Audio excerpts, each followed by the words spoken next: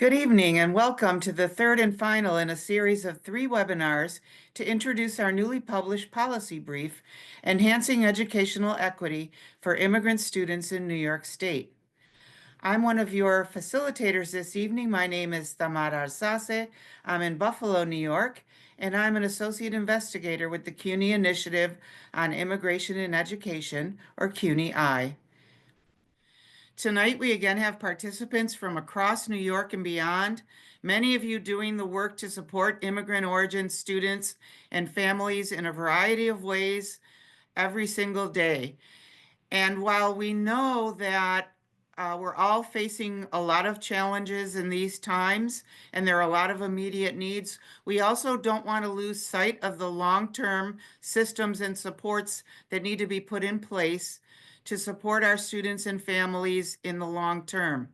So today's webinar focuses on creating and sustaining in-school supports for immigrant-origin students and families in our pre-K-12 schools. Once again, welcome and thank you for joining us. What is CUNY-IIE? CUNY Initiative on Immigration and Education is in year 6 of an originally 5-year project. We believe that communities and schools are shaped and strengthened by the migration of people and ideas across the globe. And at the City University of New York Initiative on Immigration in Education, we create opportunities for educational stakeholders to learn from immigrant students, families, and educators directly impacted by restrictive immigration policies and educational inequality. We've aimed to develop multimodal and multilingual resources that support the strengths of mixed status immigrant communities that include undocumented, refugee, and asylum-seeking members. At CUNY-IIE, educators, researchers, families, and local leaders work together to learn about, from, and with immigrant communities and act in ways that center our shared humanity, regardless of legal status, and advocate for equitable policies and opportunities. The work of CUNY-IIE is firmly grounded in a set of principles, all of which reflect several overlapping themes that inform our thinking and our work. One of our primary goals is to learn about and understand the experiences of migration from the point of view of immigrants themselves. I'm not going to read you all of the principles, but they are available on our website, and we always start with our grounding principles, knowing that the immigration experience is complicated, that migration can be traumatic, and all of the principles that guide our work. The grounding principles are also available in a number of different languages on our website so that you can share them with families, make posters, put them in schools, etc. And just take a moment to think about which grounding principle really resonates with you, whether it be that we are not all immigrants or that xenophobia is systemic, and especially during these times. We'll go on to the next.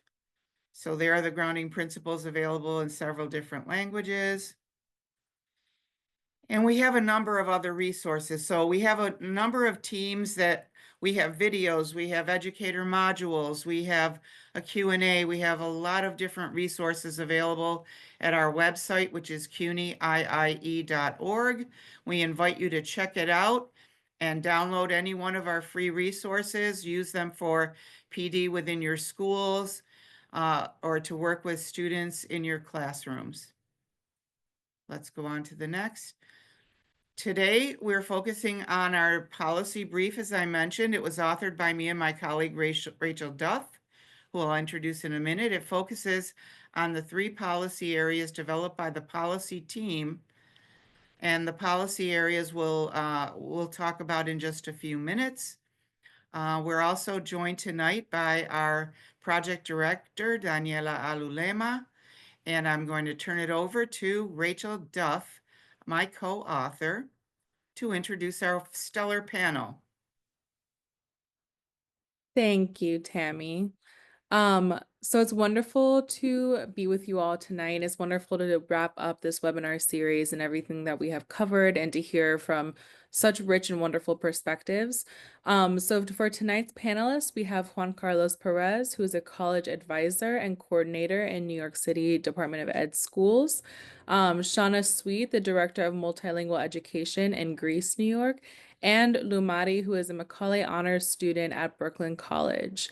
We will also be hearing some opening remarks from Ross Garmil, who is the supervisor of education programs in the Office of Bilingual Education and World Languages in the New York State Education Department. So I will stop sharing for just a minute so we can hear some opening remarks from Ross.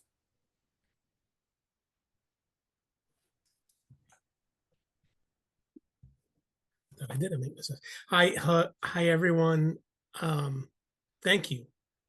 Thank you for being here. Thank you for letting me be a small part of this. I'm just thrilled that we are able, and NYSED that NYSED values immigrants, that we understand the importance of this program, to be part of a state that created the funding for it. The Assembly sent us this money and we didn't know it was coming, and everybody and people in our office, in our department, decided we needed to find a good way to make this count, and have some quality resources out there, and amazing guidance. And we really could not have found a better outlet than CUNY-IIE.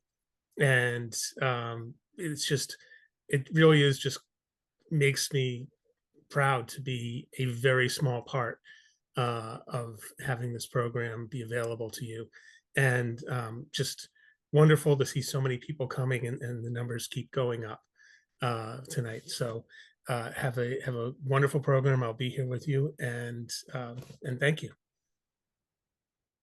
Thank you, Ross. And we should mention that this project is funded by the New York State Education Department.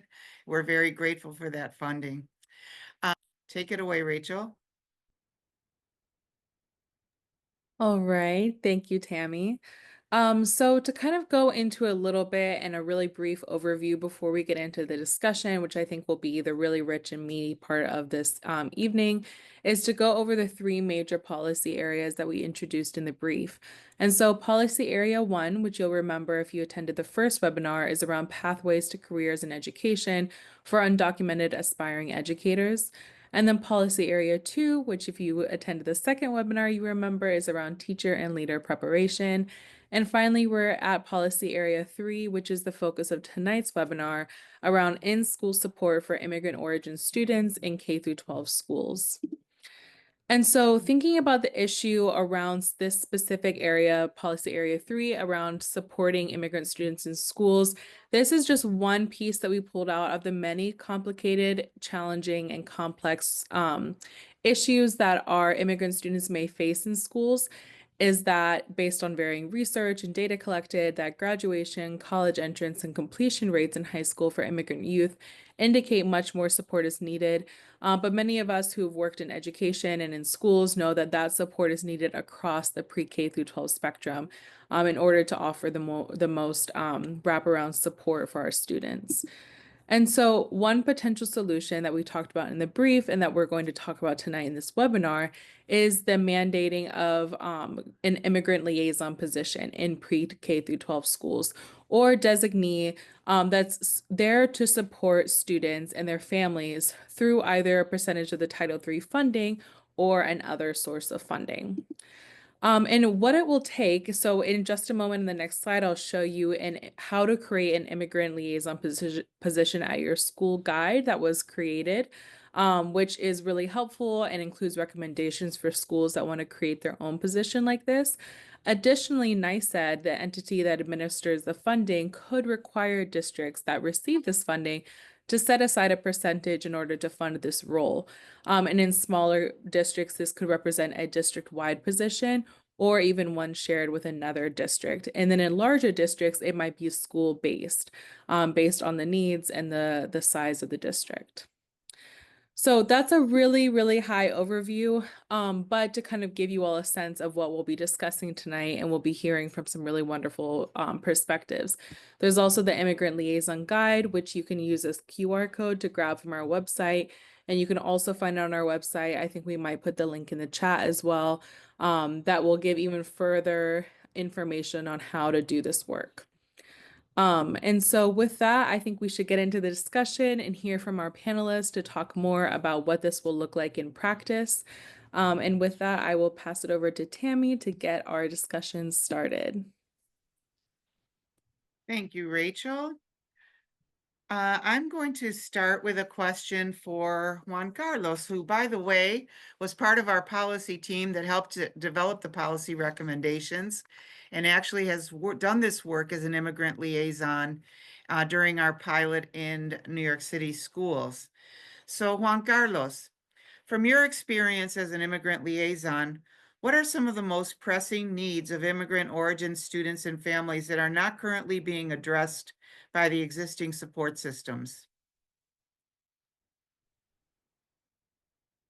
Hi, good afternoon, everyone. Thank you, Tammy, for the question. So I think from just being an immigrant liaison and just working with students over the years, especially students from immigrant origin and another given to students, I think there's multiple challenges that they often face, but I think some of the biggest ones are receiving guidance on educational opportunities, gaining access to essential resources, being able to support networks, and also developing a bit understanding of what their rights are as immigrants and what are the benefits that they have especially within New York State. As an immigrant liaison, I see the immigrant liaison position as something that as someone who can advocate for students and who can help them overcome some of these challenges. For example, we can connect them to community, as immigrant liaison, I connect the students to community-based organizations, sometimes for legal aid, sometimes for housing, for food assistance, or for other, sometimes for mental health. As a college advisor, I'm seeing how complex and scary the college process and the admission office is for many students, and especially for families who are not familiar with the U.S. system and with the college system. So it is very important for them to understand that in New York State, like many other states, students are eligible for financial aid, for in-state financial aid. And so as an immigrant liaison, we can make sure that they have access to that and they follow the steps to be able to access that aid that there is available for them. Thank you. Now, to ask really the same question essentially to Shawnna, from your experience as an educator, as a district administrator, so also tell us about some of the most pressing needs that you see of immigrant origin students that are not currently addressed by the existing support systems, and then why would that make a position like an immigrant liaison so essential? Thank you for that question. I really, there's a lot of need, right, in our community, especially working in the P-12 setting. But I think a lot of the needs that don't go addressed as much is the social emotional needs, particularly of our Ls and our newly arrived immigrant students. I think right now, because of things are changing so quickly in the state of our community and our country and our world, so many students are coming from places where they are just immediately leaving a lot of trauma. And sometimes what schools forget to consider is that even just moving into a new setting is kind of like another way that sometimes they experience more trauma for whatever reason, right? Because everything's new. Maybe they don't have access to resources, or their parents are struggling, right? So I think a lot of the uncertainty in the current political climate as well often also contributes to some of the social emotional needs. And on top of that, I think our mental health health staff in schools. They aren't always prepared to work with special populations of students, especially if they're newly arrived or working with people from different language and cultural backgrounds. So it seems to be a little bit of a gap. And then furthermore, thinking about that, I think it's the needs of the families. You know, in our district, we have a community school strategy, and the parents and families are such a critical part of our school district. But if parents aren't feeling welcome at school for whatever reason, right? Maybe it's because they have fear around their documentation status, or maybe there isn't language access resources for them, or there hasn't been somebody who's reached out to make them feel welcome. I think when parents also are feeling uncertain about being connected with school, it's hard for the students end up suffering for that. So.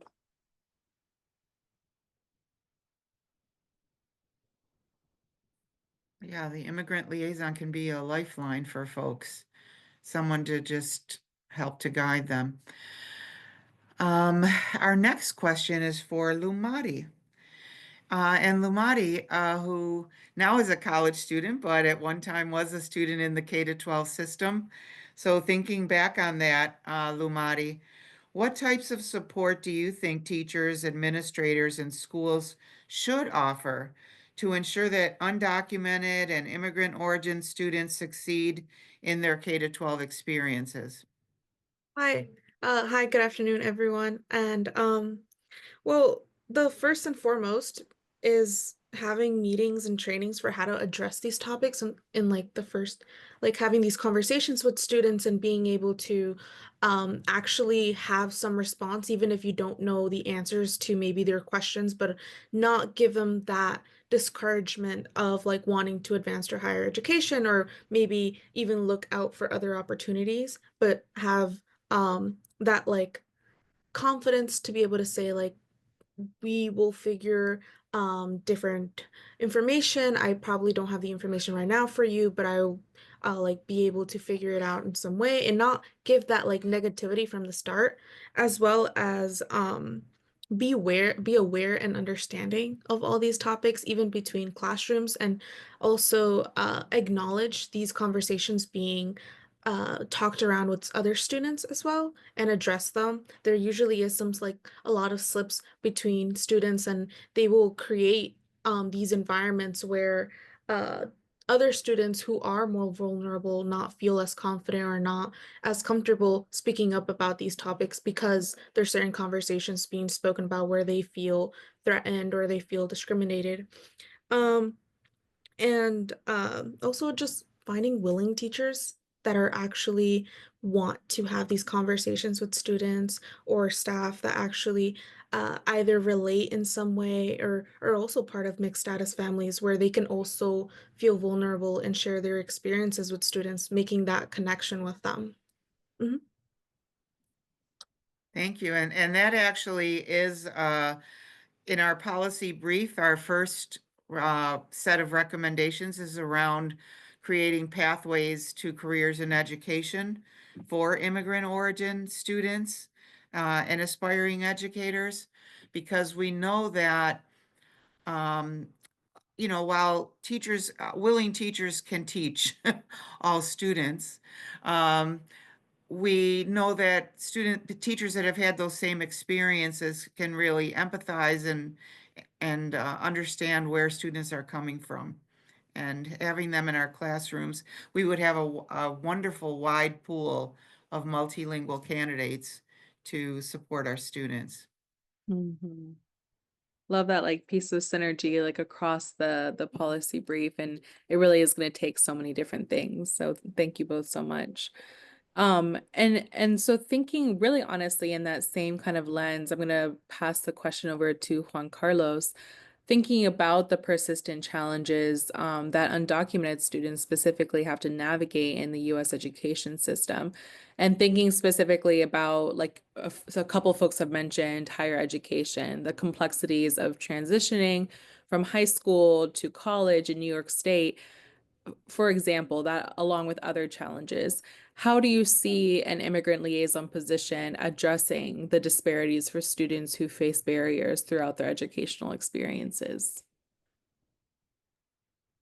So I think so as I so there in terms of college access and like whatever plans they have after high school, it doesn't have to be college, even just other planned vocational schools or other programs. Many times undocumented students, because of the status, they don't have access to the same programs that many other students do.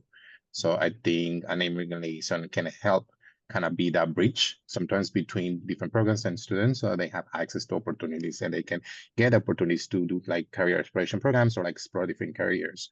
Like thinking just of like my experience as immigrant liaison and working with students, many of them, we often have a lot of students who are interested in the medical field. And like the medical field is one of the opportunities within the medical field is very difficult. So immigrant liaisons can kind of, that's where immigrant liaisons in schools can kind of like channel, like use their networks, use the community-based organizations that they're connected with to create opportunities. So find ways to create opportunities so that students can have access to those opportunities, so that they can explore and they can grow. In addition, as I mentioned earlier, just like the college process, just the admission, financial aid, all of that is very scary. There's a lot of like steps that are involved. Many times, students who undocumented or students from immigrant origins, their families are not familiar. So having an immigrant liaison who kind of understands, who kind of has gone through the process. I think Tammy is the one who mentioned like it's very important to have individuals who like kind of represent or have gone through the journey. Like I myself, I'm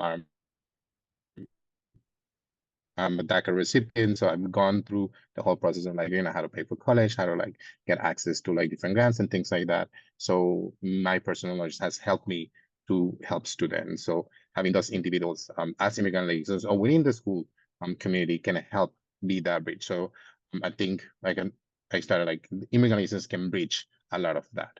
They can bring on their personal experience, they can connect with different organizations, different networks, so that the students can have opportunities that otherwise they might not have access to.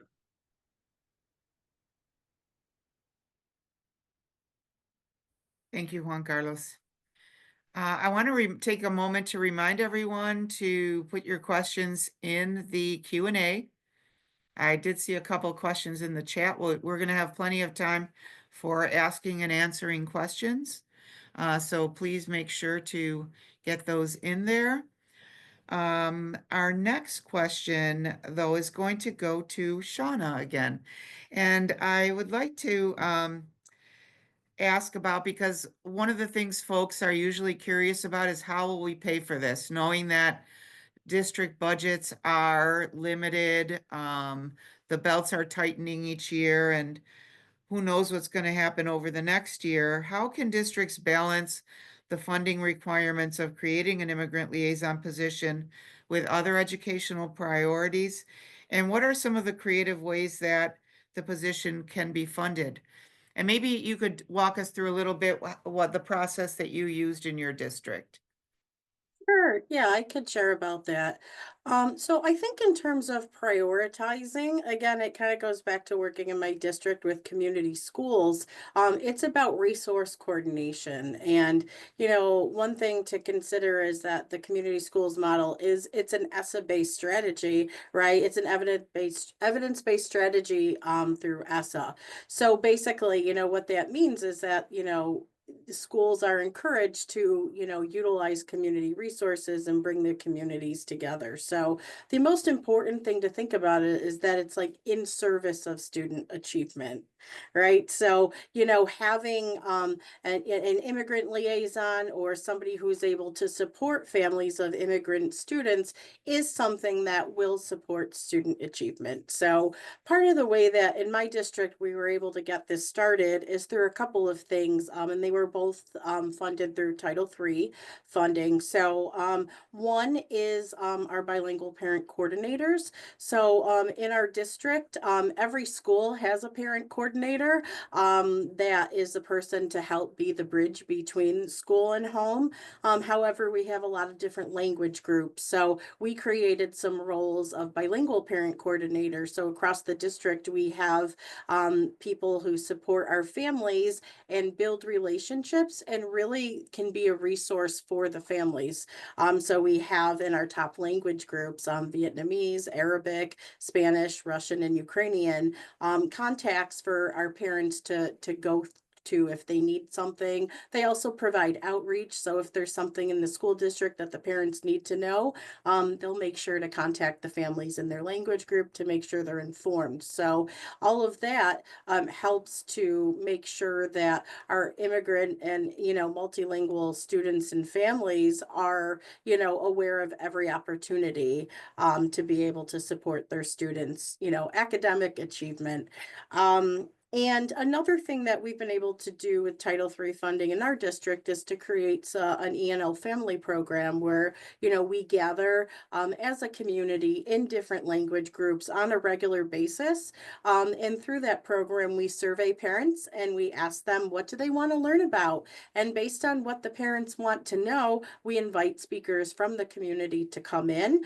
And so even though, we make it sort of an activity where parents are, hopefully having fun and building community, we're teaching them things and being able to share resources on all sorts of things related to the school district, to our local community, and just trying to make sure that all of the resources that exist are things that they're aware of and know how to utilize. So yeah, did I answer the questions? I don't know if there was a part of that I missed, Tammy. You did. It was a multi-pronged question, but you did a wonderful job of responding. Thank you. And you said, so some districts don't call their position immigrant liaison. In your district, you have a different term, you mentioned? Yeah, that's correct. So the folks I'm speaking about right now, we call them bilingual parent coordinators. And again, that's really to mirror the fact that we have parent coordinators. So it's using an already existing term in our school community that people are familiar with. Yes, they know there's a parent coordinator for every building, but now we also have, a Spanish parent coordinator and an Arabic parent coordinator. So, with that, it helps to really adopt, a familiar term, but we're just making it something that's accessible and common for the school district. Thank you. And you mentioned that you use Title III funding, which there are two streams of Title III funding, the immigrant and the Title III ELL funding. And there are other sources of funding to fund parent coordinators, which could be Title I, because our students are entitled to all the funding streams that any other student is entitled to. Yeah, So, absolutely. But Mm. specifically in Title III, there's a part about, family literacy, parent and family outreach, and any activities that assist parents and families to become active participants in the education of their children. And I'll say through our bilingual parent coordinators, our parents really do become active participants in their children's education. absolutely. Thank you so much. Thank you, Shawnna. And so then bringing back to Lumari, I know that you spoke earlier about, and Juan Carlos kind of talked a little bit about this transition post-graduation. So thinking about after your K-12 experiences, and you're really just barely on the other side of that. So we wanted to talk to you and ask you, what supports do you think are needed, or what supports are maybe missing for you or for other students in that transition, whether it be to higher education, whether it be to work opportunities? What kind of supports do you think could be built out more? Well, mainly being able to have the support from the staff of the school to actually have the resources and the information about different programs like the Dream US and not just FAFSA, not being FAFSA the #1 option for every single student. Because I recall during my senior year, every so often there would be workshops about how to fill out FAFSA, but these programs obviously don't apply to every single student. And being able to provide that information, and if they are not able to provide that information, those resources, I would love if there would be any sort of funding to create some like web connecting these like colleges and the resources that colleges provide, as well as other programs with the students, and having that like there are trips that are from like high schools visiting universities, but also there should be some sort of connection of having maybe specifically for Brooklyn College, there is an immigrant success office where they bring support. They actually do visits to high school and provide so many resources for them, and it could be manageable for each student, and being able for like let's say if the school doesn't have all the resources of all the information, but look out to other places where they could bring in that information and have those meetings, have those like webinars, have those moments where students can ask all these questions and feel comfortable enough to ask, since it's a conference specifically for that and nobody is being targeted, nobody's being vulnerable in those conferences, and all of their questions could be answered without the need of having to ask someone and feeling exposed to a certain extent. Yeah, that makes so much sense, trying to kind of demystify that whole process and experience, because it can be really overwhelming. It could be overwhelming at best, and then when the paperwork and everything that you're having to do is more complicated and no one's answering your questions, then it becomes, a huge challenge.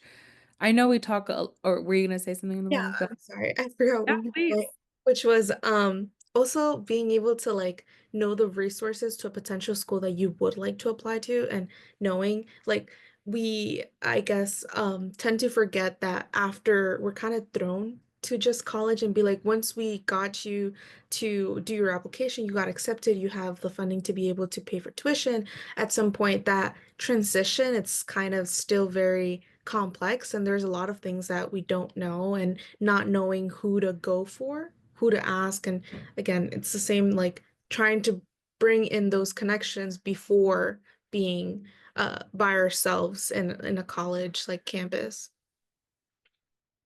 Well, it would Yeah. be great to have an immigrant liaison in the college as well. Yeah, that's what I was just thinking, the support extending beyond K-12. Mhm. Yeah. So, we're gonna go back a minute to Shawnna to talk a little bit more about the process in your district for creating the position. And there are some questions about your district in the chat I noticed. So wonder if you could just tell a little bit about your district, because some folks don't know where it is, how many students, things like that. Yeah, okay, sure. Happy to share. So our district, Greece Central, we are right in between Rochester and Buffalo in Western New York. We are actually a suburb of Rochester. We are, I think, the 10th largest district in New York State. So even though we're a suburb, we're more like a small city. We have over 10,000 students, and quite a very diverse population. Our demographic mirrors the United States actually pretty closely. So it's a beautiful, diverse community, and our English language learner community is increasing. Greece used to be kind of like a second stop, if you will. So a lot of families would come, they would settle, in the city of Rochester, and then, sometimes families would move to Greece. But more recently, we've been having more and more newcomer families arrive. So it's really being able to support those families the best we can is how we came up with some of these things. So I'm not sure if you want me to speak to the immigrant liaison position specifically, but kind of how that position came about was really about creative problem solving. So I know I just spoke a little bit about our bilingual parent coordinators, but we also have a specific parent coordinator for our newly arrived immigrant families. So like I said, creative problem solving. It was about 2 years ago or so, our district, because we had a high number of displaced families, and I'm not sure if everybody knows this, but as of 2022, I believe, or 2023, our districts now have to report how many students are displaced, meaning they're coming from other countries where they have to, leave quickly because of a natural disaster or, political situation or because of even a medical situation, right? So we were able to secure some funding. It was actually through the Homeless Children and Youth grant. So I don't know the specifics other than it was through ARP and it was additional funding for homeless HCY, which I think a lot of people associate that with McKinney-Vento. So that's the Homeless Children and Youth. And we have a wonderful McKinney-Vento coordinator in our district, a social worker. And she and I had come together to really talk about, like, what do your families need? You have all this money, do you need backpacks? Do you need school supplies? And I was like, what we really need is help for our parents, right? Like we need somebody to support our parents with how to navigate the system. We had really found that little things like how to submit an application or things like, the housing, having to submit the housing documentation or how to share vaccination records, right? These are all things that, are a barrier for parents, but also sometimes they keep students out of school unnecessarily, right? So we want our students to have, access to high quality education as quickly as possible. And so, we had connected to develop a support system for our families. And I'll say another thing is that our ENL teachers and our district office instructional staff were spending a lot of time trying to support families with these things, and that always takes time away from instruction. We really want people, even though it might be in our hearts to help newly arrived immigrant families, it also takes away from the instruction if your main role is to be a teacher. So we developed the position, and we actually, I remembered through CUNY-IIE had the Immigrant Liaison resources. So I went to that and I was like, I think something like this exists. So we were able to use the Immigrant Liaison resources in order to help develop the position. So very similar to how I talked about our bilingual parent coordinators, we decided to call this position a new arrival parent coordinator, because this is the person who's going to help our newly arrived families. And so as soon as families come in, she's one of the first people to help greet them, help set them up with appointments to get to know them, get to know their children and share resources. In fact, we got really lucky because the person who we hired for the position was a case manager previously in the mental health field. And she is a community member. She's a former district parent and she's bilingual. She speaks Spanish. So it just was the best of both worlds. And since she's been on in the last year, she's been able to make a very smooth process for our families, assisting them with anything they need. And once they get settled, she kind of passes them on to the school or passes them on to the other bilingual parent coordinators across the district. But one additional thing I'll say, in addition to her really supporting people when they first arrive, is kind of thinking about ongoing needs. So recently we heard that some of our refugee families services that they were anticipating, they were expecting to get, were no longer available.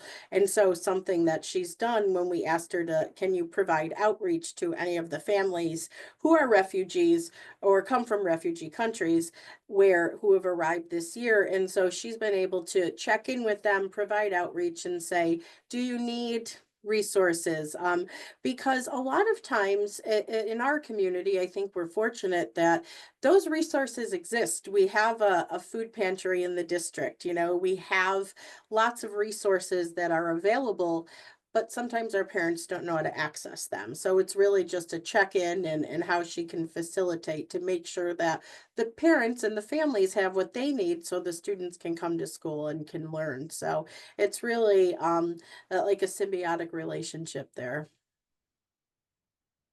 Fantastic, thank you. Thank you for so much context, Shawnna. That's wonderful. And I think just really helpful for folks who are on the call who may be thinking about their own districts, their own classrooms, all the different ways. I think that's so supportive knowledge to share and to know. And so I want to ask one more question to Lumari and then also to Juan Carlos, if you want to answer this one as well. And thinking, and Shawnna, actually, you brought it up earlier, thinking about that social emotional piece, these pieces beyond academics, because I think it's often that we talk about academic support and in school support makes us think about whether it's, you know, language instruction and academic support. But thinking about enrichment opportunities, extracurricular opportunities beyond just the academics or beyond just like language instruction, things like that. Lumari and then maybe Juan Carlos to think, what kind of enrichment opportunities do you wish were available for immigrant origin students in schools? And Lumari, I'll go to you first. Well, some enrichment opportunities that I wish were there were more interactive activities with immigrant students and like students who are already know each other in this classroom and try to involve them more, because I know a lot of students when they're in like an ESL, they're kind of taken out of the class every once a day, and then they're in like this room trying to like learn English, and like it that brings them already, like everybody knows that that person's going to be separated at a certain point, and that does create some sort of separation.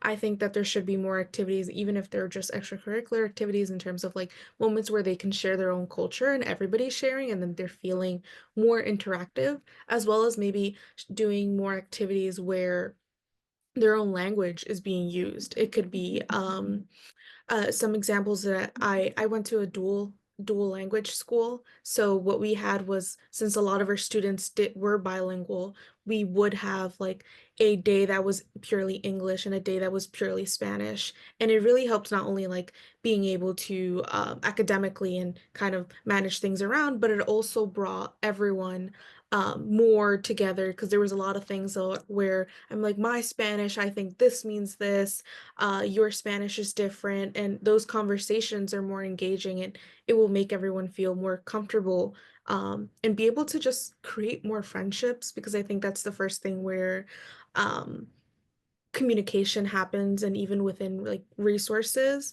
like once those friendships are there, one of these things that like once you are able to have that connection with someone, you share your history, you share your experiences, they probably also share the same. And then like even if I always say like connections is power, like being able to speak with other people, just because some things that I might know that aren't helpful for me but are helpful for others, it's there. So just being able to create more of a community with like the simple things as just language, just being able to have them do games. It could be anything regarding, but something that is very common to students. Yeah.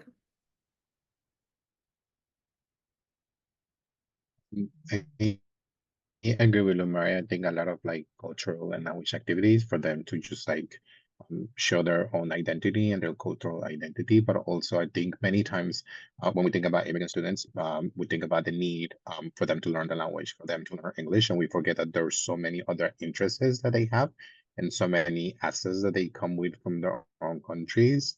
And I think that's what something that we need to, when we think about enrichment activities, so we think of other opportunities, we need to tap into that. And I think many times, especially at the high school setting, many schools are so set on like improving their the testing scores or improving the instruction, that they forget that there are other aspects of students that need to be developed, like their own personal interests. I mentioned earlier the careers. Like there are so many students who are interested in many times careers, but many times schools are like, you need to learn the language. So let's focus on getting you into ENL classes. Let's focus on giving you language supports. And they forget that there are other areas that they need to be that need to be enriched. And I think thinking about that and thinking about the student as a whole, like we mentioned, mental health, we mentioned emotional needs and all those things. So thinking about them and remembering that they are still humans, that they do need, they have aspects that they need to work on and they need to go, and like trying to target all those different things within the school setting.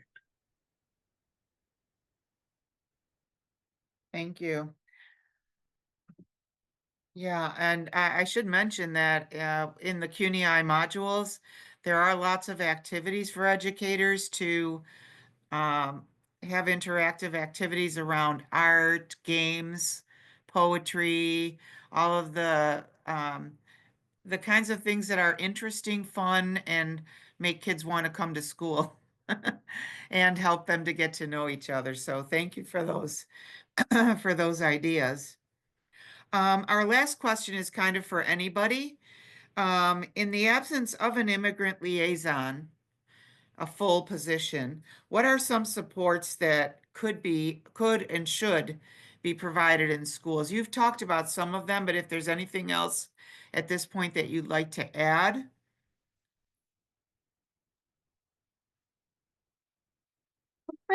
I could speak to that a little bit, and I think something that's really interesting is at least some of our bilingual parent coordinators, and I think some of them are on this this meeting. So shout out to Kim, Elena, and Samira. But what I'll say is they were community members. They were either parents or interpreters, or one of our bilingual parent coordinators is a teaching assistant in the district. And I think in many cases they were just willing to help families even before there was a role, even before there was something specific. So I think something that people can do is try to just build a network of people to really support and welcome new families as part of the community. It could be like a branch of your PTSA, or it could be, you know, through another method where you're just building in those support to welcome new families and to help, I guess, them navigate everything that's new about American schools. Fantastic. Juan Carlos, Lumari?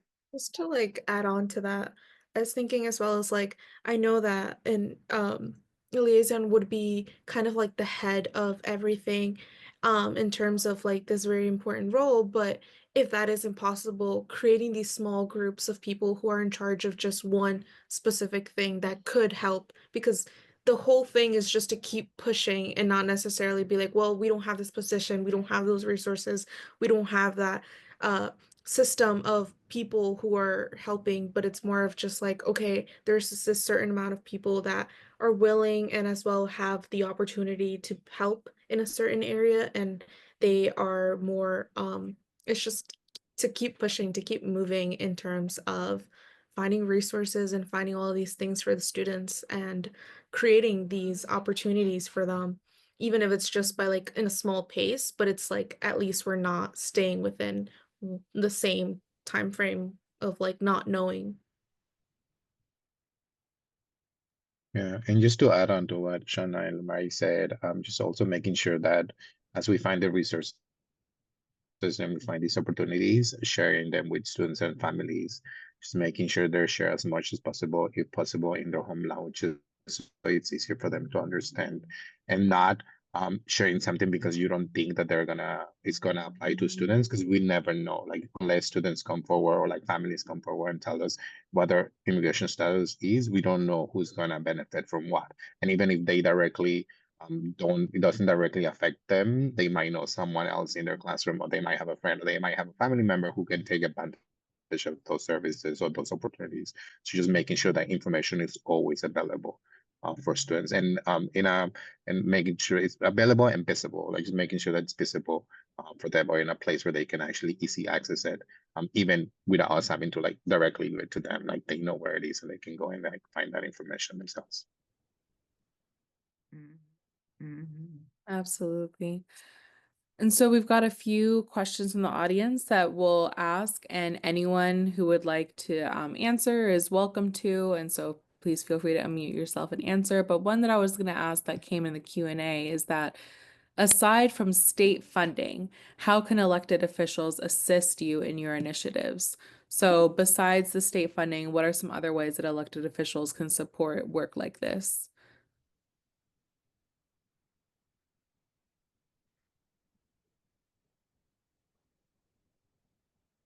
That's a really good question. So for Um, example, is there some legislation perhaps that you think it would be important to support students?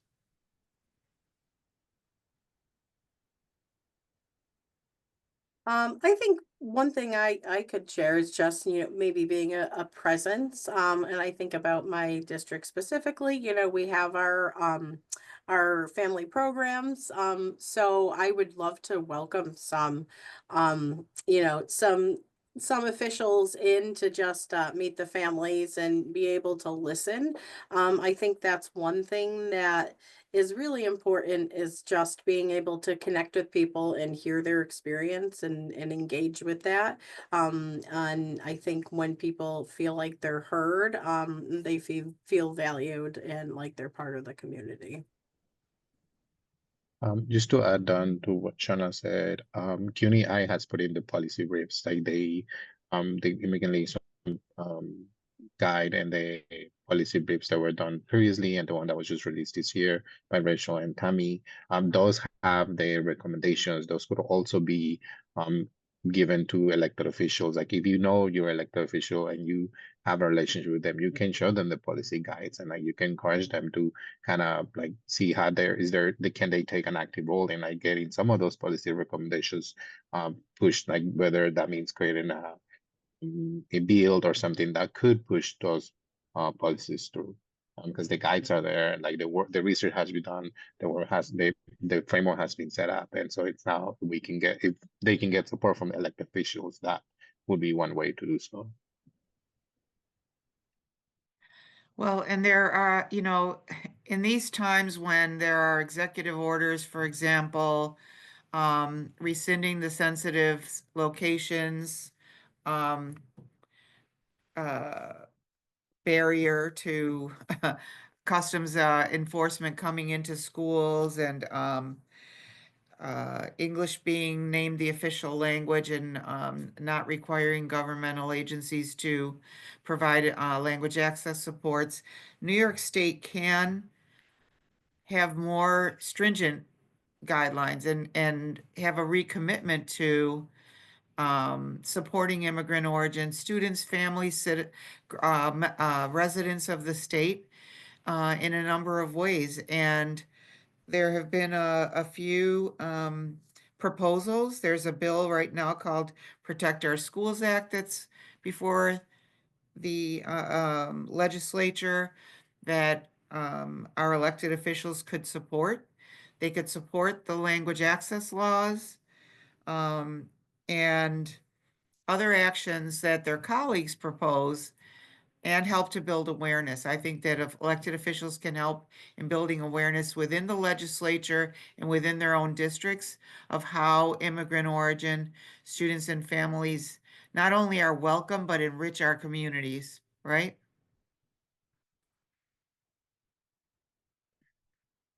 I wasn't supposed to answer the question, but I couldn't help myself.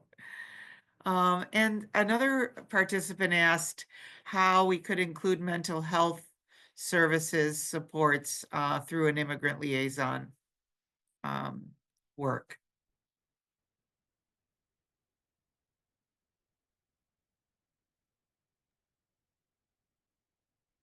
I think I spoke to this a little bit before, but I kind of have a dream of moving in that direction of really either trying to, adopt somebody to support the mental health staff, or to have maybe eventually our immigrant liaison work towards that. Because I think that um, as much as possible, that like we have great people who provide those services to all students, but sometimes they aren't really, prepared or, informed with information of, how to deal with certain traumas or certain types of experiences that our students come with, on top of, what they might anticipate as a language barrier or something like that. So I think as much as possible, being able to train people, but also, how can we uplift our current students and our current families and communities to go into that role, right? To enter the field in terms of education or the mental health field, to be able to support new students coming in. And then another thing I'll say is, literature. I think that's something that we've been trying to use more and more. I know CUNY-I had the recent literature resource that came out. And I like to think of it as like stories as medicine. So as much as we're able to help engage students with, literature that they can connect to, and that might help them to open up or to process things in a way that, will be beneficial as they're resettling. I also wanted to include like creating these health and wellness workshops, and where it's not specific to any student, but it does create general information and how to deal with stress, how to deal with very common emotions that like students face in general, as well as like telling them that I know that for a lot of Hispanic communities, we are very pushed to do more than other students, than like yeah, we're pushed to do more. Like just being like good isn't enough, we have to be better, and that stress is always there, and always trying to figure out things, mainly because as like um the youth were seen as like the potential of being able to learn things really fast, even for our families, even if things are harder for ourselves and we're still struggling. But having the opportunity for someone, mainly in someone in a position that we perhaps want to be, as we're growing up, or as we're having a higher education, tell us that we're fine, we're doing exactly what we're supposed to be doing, and we are like in the time frame that we're supposed to be, and having just that reassurance is very helpful to a lot of students. Mhm. And I think this is a place to mention that we have the Trauma Informed Practices Guide as one of our resource guides also on the CUNY-I website. Again, there are lots and lots of resources there. Thank you to participants who have been putting ideas in the chat. Daniela has also been putting a lot of links to the resources mentioned in the chat. Someone mentioned California's Cal New program and student clubs in the colleges and in the pre-K-12 schools, affinity type groups and clubs that can provide support. Some of our legislators are proposing trauma-informed training for all new educators and leaders. We also have a bilingual educator pipeline initiative that is we're fighting for in this year's state budget to prepare not only teachers, but social workers and counselors and school psychologists that are prepared with strategies for working with multilingual students and who speak other languages and may have even experienced some of the same experiences, so that those undocumented students who are aspiring educators may provide some of those supports. Our time is just about running out. Yeah, just want to thank you all so much again for coming tonight. Please follow us in social media, follow up if you have additional questions we weren't able to get to. We also want to share that CUNY-I has put out a Know Your Rights frequently asked questions, an FAQ. So for educators, schools, and districts, and then also for students and their families and community members. In this moment, I think it's important to know your rights and to know how to protect yourself and protect your communities. So you can find this on our website and there's a QR code listed. And then also make sure, knowing in the bottom right, you can select your language if you'd like to read this in a different language or share it in a different language. And so thank you again for joining us. Please sign up for our mailing list and follow our work on our website. Otherwise, I hope you all have a wonderful evening, and thank you again for attending tonight. It was wonderful to spend now 3 webinars with everyone.